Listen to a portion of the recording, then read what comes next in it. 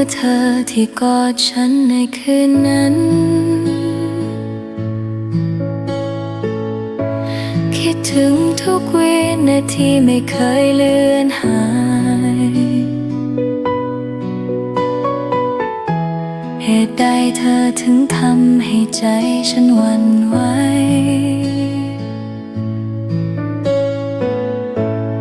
พันผูกติดตามเธอเสมอชายน้อยชาวมอญคิดถึงแขนเธอที่โอบฉันไว้ในความฝันชั่วชีวิตนี้ถึงรู้ว่าคิดถึงเธอมากเพียงใดแม้รู้จักเพียงชั่วพริบตาเดียวแต่คงจะคิดถึงไปจนวันสุดท้ายของชีวิตคิดถึงถ้อยคำอ่อนหวานที่เธอกระซิบชั่วชีวิตนี้ฉันจึงรู้ว่าเป็นคนที่เธอรักผู้หญิงอย่างฉันคงเป็นคนแรก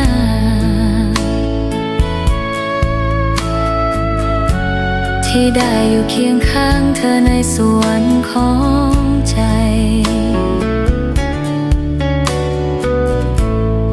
โอ้ฟ้าเอ๋ยชายน้อยชาวมองผู้มีวาจาไพเราะ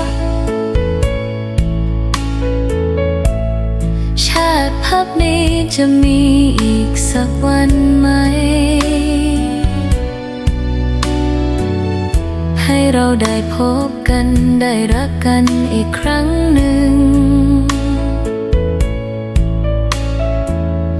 ถึงจะสมควรแล้วที่ฉันจะเป็นหญิงสาวตลอดกาล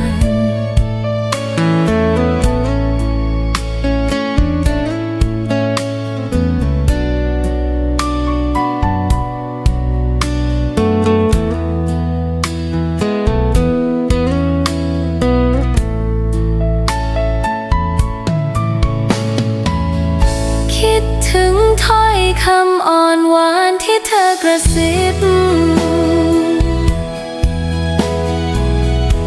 ชั่วชีวิตนี้ฉันจึงรู้ว่าเป็นคนที่เธอรัก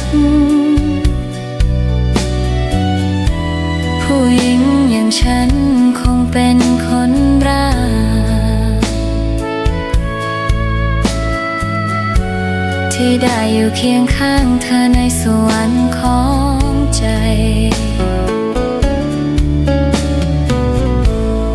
โอ้เฟ้ยเอ๋ยชายน้อยชาวมองผู้มีวาจาไพเราะชาติภพนี้จะมีอีกสักวันไหมให้เราได้พบกันได้รักกันอีกครั้งหนึ่ง